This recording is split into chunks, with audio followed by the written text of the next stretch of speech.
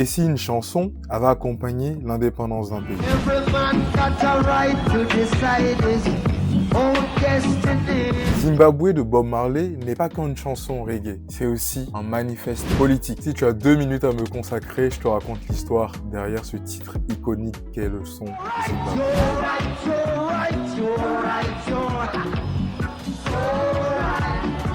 We gonna fight. En 1979, Bob Marley, célèbre artiste reggae, sort un album, Survival. C'est un virage militant. Des drapeaux africains sur la pochette, un appel à l'unité panafricaine et surtout, dans l'album, un son, Zimbabwe. Ce titre est dédié à la lutte pour l'indépendance de la Rhodésie, futur Zimbabwe. L'objectif de ce titre, c'est de soutenir la lutte indépendantiste et l'autodétermination du peuple zimbabwéen. La ligne directrice de ce titre tient en une phrase. Every man got a right to decide his own destiny.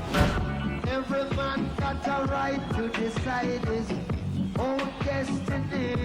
C'est un appel simple et universel. Chaque peuple a le droit de disposer de lui-même. Et ce titre deviendra bien évidemment un slogan pour les combattants de la libération au Zimbabwe, mais pas que. Le 18 avril 1980, à Rufaro Stadium, à Harare, au Zimbabwe, le drapeau de la Rhodésie descend et s'élève solennellement le drapeau du Zimbabwe indépendant.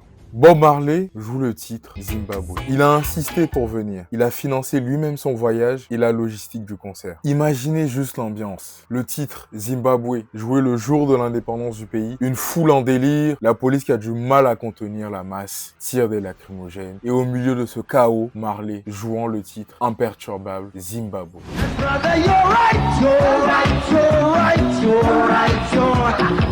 Ce concert KO est devenu le symbole de la naissance du Zimbabwe en tant que nouvel État indépendant en 1980. La chanson Zimbabwe cristallise 3 idées principales. Le droit des peuples à disposer d'eux-mêmes, la fin du colonialisme, mais aussi un rêve panafricain. Le morceau deviendra un hymne officieux, écho des luttes, des années de Chimurenga au débat sur les promesses de l'indépendance. Une chanson, un pays, une date.